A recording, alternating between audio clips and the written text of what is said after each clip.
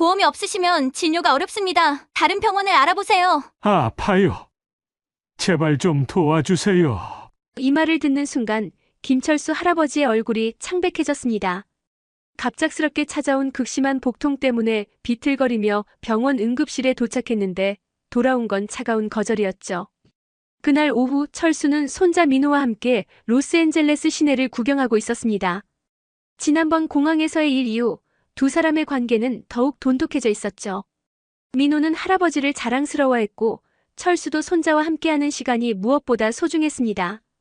따뜻한 캘리포니아 햇살 아래서 걷고 있던 그때였습니다. 갑자기 철수의 얼굴이 일그러지더니 배를 움켜쥐고 주저앉았죠. 할아버지, 어디가 아프세요? 민호가 깜짝 놀라며 달려왔습니다. 배가 너무 아프다. 철수의 목소리가 떨렸습니다. 식은땀이 이마에 송글송글 맺혔고 숨을 제대로 쉬기도 어려워 보였죠. 민호는 재빨리 택시를 잡아 가장 가까운 병원인 세인트 메리 메디컬 센터로 향했습니다. 택시 안에서도 철수는 계속 신음을 내뱉었죠. 평생 건강하게 살아온 철수에게 이런 갑작스러운 통증은 처음이었습니다. 응급실에 도착하자 민호가 서둘러 접수대로 달려갔습니다. 제 할아버지가 갑자기 배가 아프다고 하시는데요. 빨리 봐주세요. 접수 데스크에 앉아있던 젊은 간호사가 귀찮다는 듯 고개를 들었습니다. 보험카드 있나요? 보험카드요? 할아버지가 한국에서 오셔서? 민호가 당황하며 대답했습니다. 간호사의 표정이 싸늘해졌습니다. 보험이 없으시면 먼저 결제를 하셔야 해요. 응급실 기본 진료비만 2,000달러입니다. 2,000달러라는 금액에 민호의 얼굴이 창백해졌습니다. 대학생인 그에게는 감당하기 어려운 돈이었죠. 그 사이 철수는 대기실 의자에서 고통스러워하고 있었습니다. 제발요. 할아버지가 정말 아파하세요. 나중에 꼭 지불할게요. 민호가 간절하게 부탁했습니다. 하지만 간호사는 고개를 저었습니다. 규정이에요. 보험이 없으면 선불이 원칙입니다. 이해해 주세요. 그 순간 철수가 의자에서 떨어질 뻔했습니다. 복통이 더욱 심해진 것이죠. 민호가 급히 달려가 할아버지를 부축했지만 의료진들은 여전히 냉담한 표정으로 바라볼 뿐이었습니다. 철수의 눈에 절망이 서렸습니다. 이국 땅에서 이렇게 아픈데 도움을 받을 수 없다니. 베트남 전쟁에서 총알이 빗발치는 상황도 견뎌냈지만 지금 이 순간만큼은 무력감이 온몸을 감쌌습니다. 보험 없는 노인 환자는 뒤로 밀어도 됩니다. 급한 환자들부터 처리하세요. 의료진들이 주고받는 이 말을 들은 순간 김철수 할아버지의 가슴이 무너져 내렸습니다. 자신이 마치 짐짝 취급받고 있다는 현실이 뼈아프게 다가왔죠. 대기실에서 1시간이 넘게 기다리는 동안 철수의 상태는 점점 악화되고 있었습니다. 얼굴은 창백해졌고 식은땀이 온몸을 적셨죠. 그럼에도 의료진들은 그를 외면했습니다. 오히려 나중에 온 환자들이 먼저 치료받는 모습을 지켜봐야 했습니다. 간호사님, 제 할아버지 상태가 정말 안 좋아 보이는데요. 민호가 다시 한번 접수대로 갔습니다. 이번엔 다른 간호사가 앉아 있었습니다. 중년의 백인 여성으로 그녀의 이름표에는 수잔이라고 적혀 있었죠. 수잔은 민호를 위아래로 훑어보더니 코웃음을 쳤습니다. 아직도 여기 계셨네요. 말씀드렸잖아요. 돈부터 내세요. 수잔의 목소리에는 노골적인 짜증이 묻어 있었습니다. 하지만 할아버지가 정말 위험해 보여요. 응급환자잖아요. 민호의 목소리가 떨렸습니다. 수잔이 한숨을 내쉬며 동료 간호사에게 속삭였습니다. 또 돈 없는 아시아인들이네. 왜 이런 사람들이 여기 와서 공짜 치료받으려고 하는 거야? 그 말이 철수의 귀에 들렸습니다. 영어를 어느 정도 알아듣는 철수에게는 모욕적인 말이었죠. 하지만 지금 상황에서 화를 낼 여력도 없었습니다. 복통이 점점 더 심해져서 의식이 몽롱해지고 있었거든요. 한 젊은 의사가 지나가다가 철수의 모습을 봤습니다. 그는 잠시 멈춰서서 철수를 살펴봤지만 수잔이 그에게 뭔가 귓속말을 하자 고개를 저으며 돌아서 버렸습니다. 의사 선생님, 잠깐만요. 민호가 소리쳤지만 의사는 이미 다른 환자에게로 향하고 있었습니다. 시간이 지날수록 철수의 고통은 더욱 심해졌습니다. 그는 의자에서 몸을 구부리며 신음을 내뱉었죠. 주변 사람들이 걱정스럽게 바라봤지만 의료진들은 여전히 무관심했습니다. 할아버지, 다른 병원으로 가요. 여기는 안 될 것 같아요. 민호가 절망적인 목소리로 말했습니다. 하지만 철수는 일어날 힘도 없었습니다. 민호야. 잠깐만. 조금만 쉬자. 그의 목소리는 점점 약해져 갔습니다. 수잔이 다시 한번 다가와서 차갑게 말했습니다. 여기는 병원이지 무료 숙박시설이 아닙니다. 치료받을 생각이 없으시면 나가주세요. 다른 환자들에게 방해가 됩니다. 그 순간 철수는 자신이 얼마나 초라한 존재인지 깨달았습니다. 베트남에서 미군들을 구했던 영웅도 이곳에서는 그저 돈 없는 노인일 뿐이었죠. 눈물이 그의 눈가에 맺혔습니다. 보안요원을 부르겠습니다. 계속 여기 계시면 불법 침입으로 신고하겠어요. 수장 간호사의 이 위협적인 말에 민호의 얼굴이 창백해졌습니다. 할아버지는 고통으로 신음하고 있는데 오히려 쫓겨날 위기에 처한 것이죠. 제발요, 할아버지가 정말 아파하고 계세요. 인도적 차원에서라도. 민호가 마지막으로 간청했습니다. 하지만 수자는 이미 보안요원에게 연락을 취하고 있었습니다. 네, 응급실에 문제 환자가 있어요. 치료비 지불 능력이 없는데 계속 자리를 차지하고 있습니다. 그 통화를 듣고 있던 철수의 마음이 찢어졌습니다. 자신이 문제 환자라고 불리는 현실이 견디기 어려웠죠.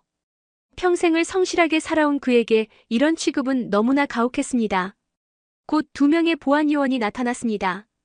그들은 건장한 체격에 무표정한 얼굴을 하고 있었죠. 한 명이 철수에게 다가와서 엄한 목소리로 말했습니다. 일어나세요. 나가셔야 합니다. 잠깐만요. 우리 할아버지가 아파서. 민호가 항의하려 했지만 다른 보안요원이 그를 막았습니다. 규정입니다. 더 이상 여기 있으시면 경찰을 부르겠습니다. 철수는 비틀거리며 일어나려 했습니다. 하지만 복통 때문에 몸이 말을 듣지 않았죠. 그 모습을 본 다른 환자들이 수군거리기 시작했습니다. 저 할아버지 괜찮아 보이시는데 보험도 없으면서 왜 여기 와서. 주변의 시선과 수군거림이 철수를 더욱 위축시켰습니다. 그는 자신이 마치 죄인이 된 것 같은 기분이었죠. 베트남 전쟁에서 적군의 총알을 피하며 부상병들을 구할 때도 이렇게 모욕적인 기분은 들지 않았습니다. 의료진들도 이 상황을 지켜보고 있었지만 아무도 나서지 않았습니다. 오히려 몇몇은 불편하다는 표정을 지으며 고개를 돌렸죠. 환자의 고통보다는 병원의 규정이 더 중요해 보였습니다. 할아버지, 일어나실 수 있어요? 민호가 애타게 물었습니다. 철수는 손자의 팔에 의지해 겨우 일어섰습니다. 하지만 몇 걸음도 걷기 전에 다시 주저앉고 말았죠. 복통이 너무 심해서 몸을 가눌 수 없었습니다. 빨리 나가세요. 다른 환자들에게 방해가 됩니다. 수잔이 냉정하게 재촉했습니다. 그 순간 철수의 가슴에서 뜨거운 것이 치밀어 올랐습니다. 분노였을까 아니면 절망이었을까? 자신이 평생 지켜온 존엄성이 한순간에 무너져 내리는 기분이었죠. 이곳에서 자신은 그저 돈 없는 이방인일 뿐이었습니다. 민호는 할아버지를 부축하며 천천히 출구로 향했습니다. 철수는 걸어가면서도 계속 복부를 움켜쥐었죠. 병원 문을 나서는 순간 그는 이 차가운 현실의 깊은 좌절감을 느꼈습니다. 병원 밖 벤치에 앉아있던 철수의 의식이 흐릿해지기 시작했습니다. 극심한 복통과 함께 어지러움이 몰려왔죠. 그 순간 그의 머릿속에 오래된 기억 하나가 선명하게 떠올랐습니다. 1968년 베트남 롱안 지역의 무더운 정글. 그날도 이렇게 아팠던 사람이 있었습니다. 바로 미군 의무병 데이비들이었죠. 적군의 기습 공격으로 부상을 당한 그는 배에서 피를 흘리며 신음하고 있었습니다. Help me.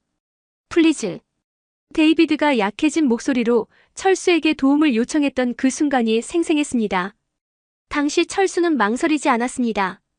총알이 빗발치는 상황에서도 그는 데이비드를 업고 안전한 곳으로 피했죠. 그리고는 응급처치를 하며 계속 격려했습니다.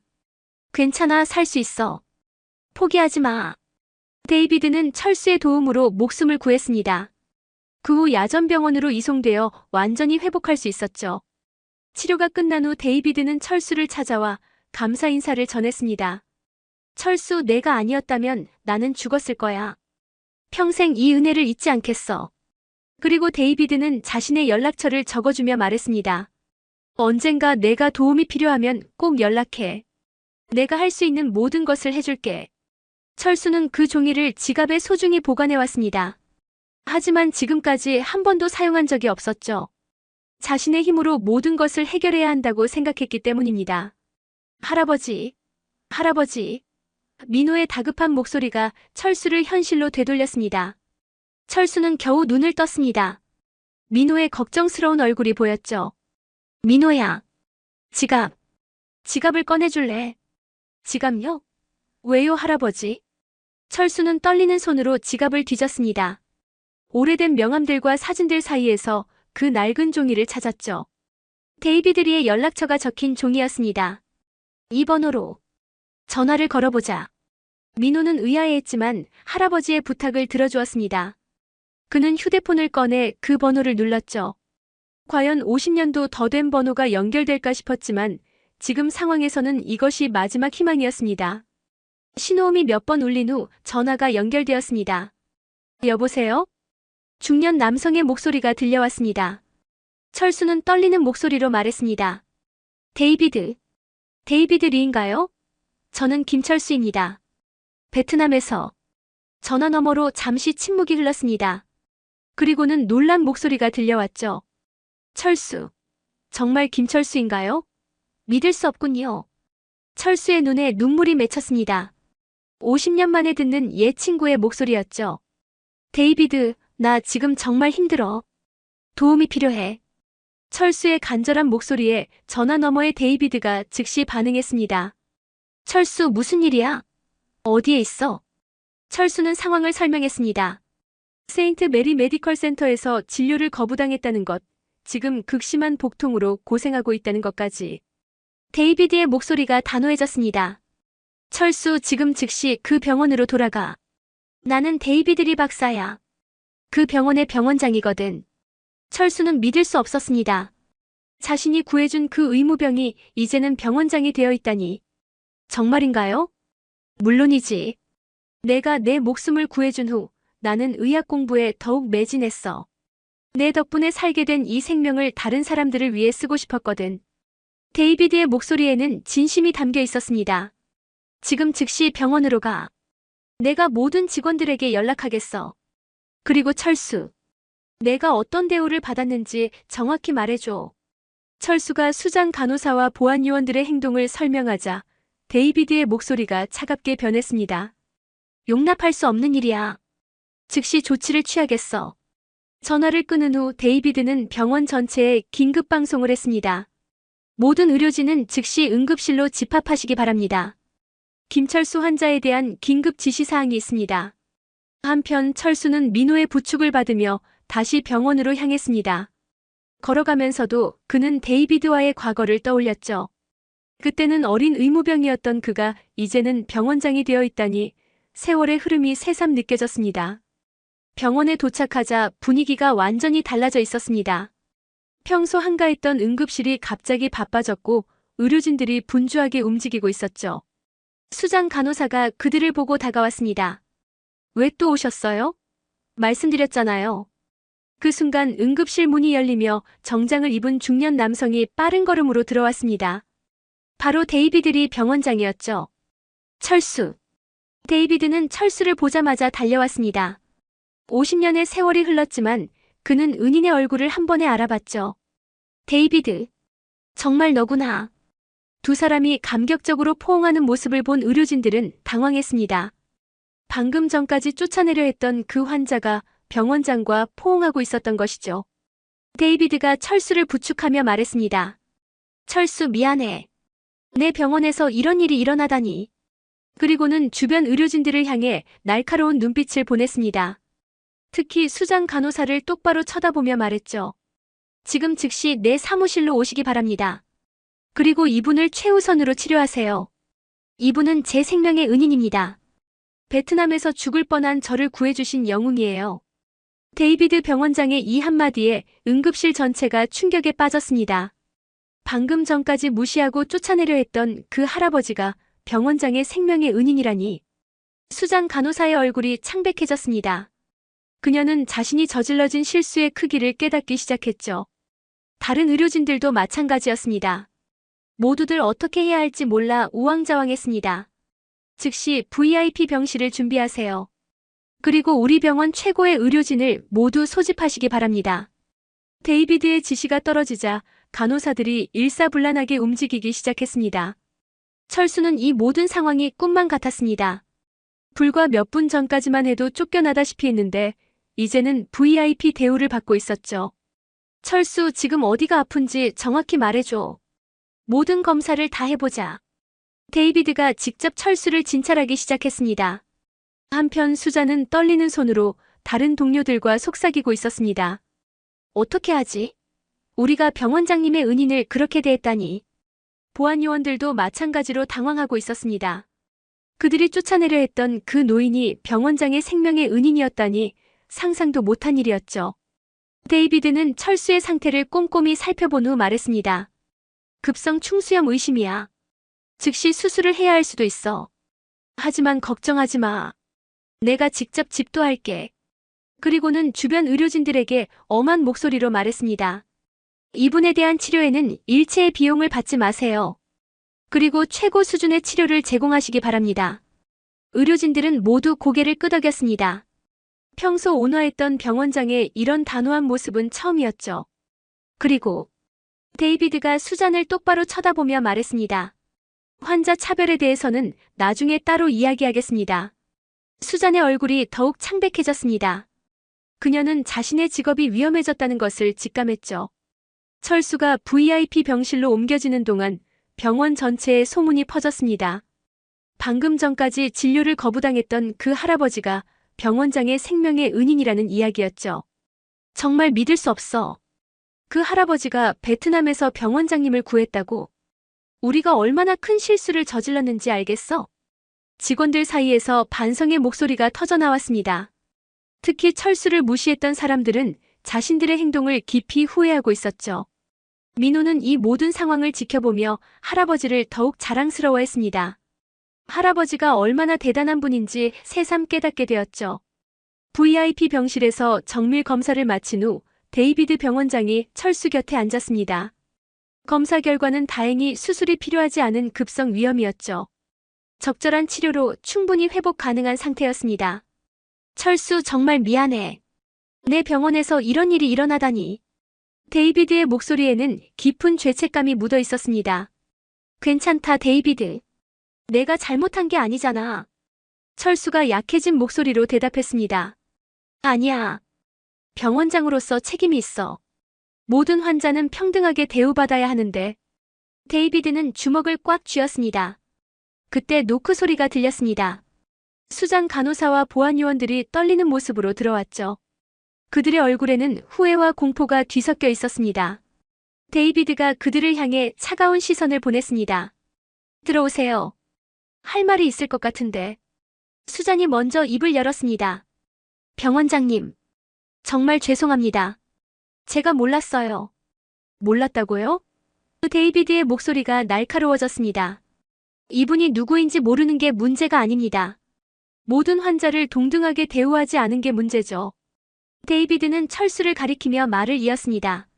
이분은 1968년 베트남 롱안 지역에서 제 목숨을 구해주신 분입니다. 적군의 총알이 빗발치는 상황에서 저를 구하기 위해 자신의 목숨을 걸었어요. 의료진들이 숨을 죽이며 들었습니다. 데이비드의 이야기는 계속되었죠. 그때 저는 배에 총상을 입고 죽어가고 있었습니다. 하지만 철수가 저를 업고 안전한 곳으로 피했어요. 그리고 응급처치를 해주며 제 생명을 구했습니다. 수잔의 눈에 눈물이 맺혔습니다. 자신이 얼마나 큰 실수를 저질렀는지 깨닫게 되었죠. 그 후로 저는 의학 공부에 매진했습니다. 저를 구해준 철수처럼 저도 다른 사람들의 생명을 구하고 싶었거든요. 데이비드의 목소리가 떨렸습니다. 갑자기 데이비드가 철수 앞에서 무릎을 꿇었습니다. 병원 전체가 놀란 표정을 지었죠. 철수, 내가 제대로 교육하지 못해서 미안해. 환자를 차별하는 것은 의료인으로서 절대 해서는 안 될 일이야. 철수가 급히 데이비드를 일으켰습니다. 그만해, 데이비드. 내가 무릎 꿇을 일이 아니야. 데이비드는 수장과 보안 요원들을 향해 말했습니다. 여러분, 오늘 일을 교훈으로 삼으세요. 환자의 외모나 경제적 상황으로 차별해서는 안 됩니다. 모든 환자는 동등한 존중을 받을 권리가 있어요. 수장이 눈물을 흘리며 철수에게 다가왔습니다. 할아버지, 정말 죄송합니다. 제가 너무 무례했어요. 철수는 그녀의 손을 잡아주었습니다. 괜찮소, 젊은이. 실수는 누구나 할 수 있어. 중요한 건 배우는 거지. 그 순간 병실 안에 따뜻한 분위기가 흘렀습니다. 갈등이 화해로 바뀌는 순간이었죠. 이틀 후 철수는 완전히 회복되어 퇴원 준비를 하고 있었습니다. VIP 병실에서 받은 최고급 치료 덕분에 몸 상태가 말끔히 좋아졌죠. 데이비드는 마지막 진찰을 마치고 만족스러운 표정을 지었습니다. 완벽해, 철수. 이제 걱정할 필요 없어. 데이비드가 웃으며 말했습니다. 그때 병실 문이 열리고 병원 직원들이 줄지어 들어왔습니다.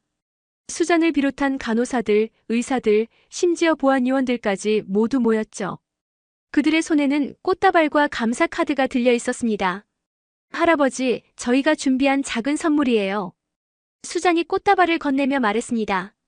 그녀의 얼굴에는 진심 어린 미소가 번져 있었죠. 감사 카드에는 병원 직원들의 메시지가 빼곡히 적혀 있었습니다. 진정한 영웅을 만나게 되어 영광입니다. 할아버지 덕분에 많은 것을 배웠습니다. 앞으로는 모든 환자를 동등하게 대하겠습니다. 같은 따뜻한 글들이었습니다. 철수의 눈가에 뜨거운 것이 맺혔습니다. 고맙습니다, 여러분. 저도 많은 걸 배웠어요.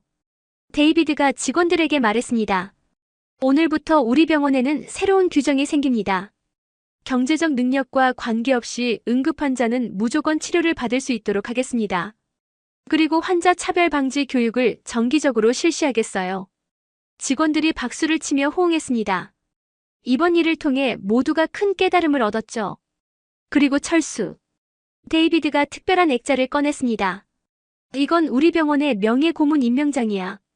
앞으로 언제든 이 병원을 내 집처럼 생각해. 액자 안에는 김철수 명예 고문 마이너스 생명을 구하는 진정한 영웅이라고 적혀 있었습니다. 민호가 자랑스럽게 말했습니다. 할아버지, 정말 대단하세요. 저도 할아버지처럼 다른 사람을 도울 수 있는 사람이 되고 싶어요. 철수가 손자의 어깨를 다독이며 말했습니다. 민호야, 영웅이 되려고 특별한 일을 할 필요는 없단다. 그냥 어려운 사람을 보면 도와주고 모든 사람을 존중하면 되는 거야. 퇴원하는 날 병원 로비에는 현수막이 걸려 있었습니다. 진정한 영웅 김철수 할아버지께 감사드립니다라는 글귀와 함께 베트남 전쟁 당시의 사진도 전시되어 있었죠. 지나가던 환자들과 가족들이 철수에게 인사를 건넸습니다. 그의 이야기가 병원 전체에 퍼져서 모두가 그를 알게 되었거든요. 데이비드가 마지막으로 철수를 안아주며 말했습니다. 철수, 50년 전에 내가 내 생명을 구해줬고 오늘 너는 우리 병원 전체를 구해줬어. 진정한 치료가 무엇인지 가르쳐줘서 고마워. 철수와 민호가 병원을 나서는 모습을 보며 수잔이 동료에게 말했습니다. 정말 부끄러웠어. 사람을 외모로 판단했다니. 앞으로는 절대 그러지 않을 거야. 그날 저녁 지역 뉴스에서는 이 감동적인 이야기가 보도되었습니다. 베트남 전쟁 영웅, 50년 만에 기적적인 재회라는 제목으로 말이죠. 철수는 민호와 함께 뉴스를 보며 조용히 미소 지었습니다.